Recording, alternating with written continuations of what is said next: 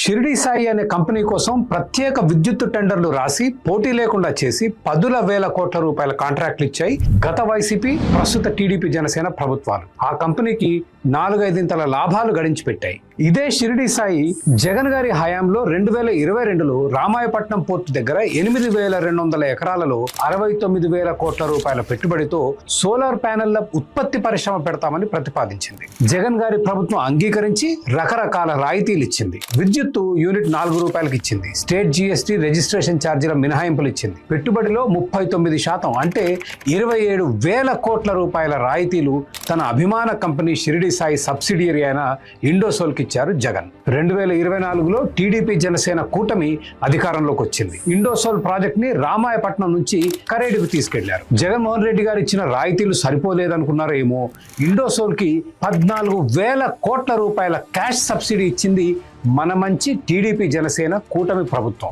ఈ సబ్సిడీని సంవత్సరానికి 950 కోట్ల క్యాష్ రూపంలో 15 ఏళ్ల పాటు చెల్లిస్తారు. ఇండోసోల్ పెట్టుబడి 69,000 కోట్లు. అందులో 60% అంటే 41,000 కోట్లు ప్రభుత్వమే భరిస్తోంది. ఆగండి, కథ ఇక్కడితో అయిపోలేదు.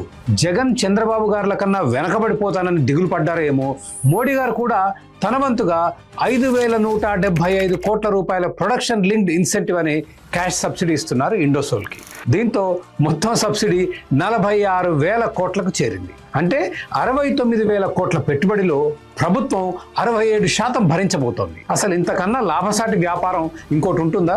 ఇండియాలో పాలకులు మన గుప్పిట్లో ఉంటే పెట్టుబడి ప్రజలది, లాభం వ్యాపారస్తులది. నేను ఒక క్యాపిటలిస్ట్ ని. వ్యాపారాలు రావాలి, కంపెనీలు పోటీపడి ఉత్పత్తి చేయాలి, ప్రజల అవసరాలు తీర్చాలి, ఆ క్రమంలో ఉపాధి అవకాశాలు సృష్టించాలి. కాబట్టి ఇండోసోల్ ప్రతిపాదనకు నాలాంటి వాళ్ళు అభ్యంతరం చెప్పకూడదు. వాస్తవానికి వ్యాపారాలకు ఇచ్చే పన్ను రాయితీలకు కూడా క్యాపిటలిస్టులు అభ్యంతరం చెప్పరు. కాకపోతే ఈ రాయితీలు అందరికీ సమానంగా ఇవ్వాలి. ఎన్నికల్లో డబ్బులు ఇచ్చిన మిత్రులకు రాయితీలు ఇచ్చి ఇతరులకు ఇవ్వకపోతే పోటీలో సమతుల్యం దెబ్బతింటుంది. దీని మూలంగా మంచి వ్యాపారాలు మూతపడి ఆర్థిక వెనుకబాటుతనానికి దారితీస్తుంది. ఇలా 69,000 కోట్ల పెట్టుబడిలో 67% అంటే 46,000 కోట్లు ప్రభుత్వమే తమ అభిమాన కంపెనీలకు ఇస్తే దాన్ని క్యాపిటలిస్ట్ వ్యవస్థ అనరు, అది ఫాసిస్ట్ వ్యవస్థ అవుతుంది.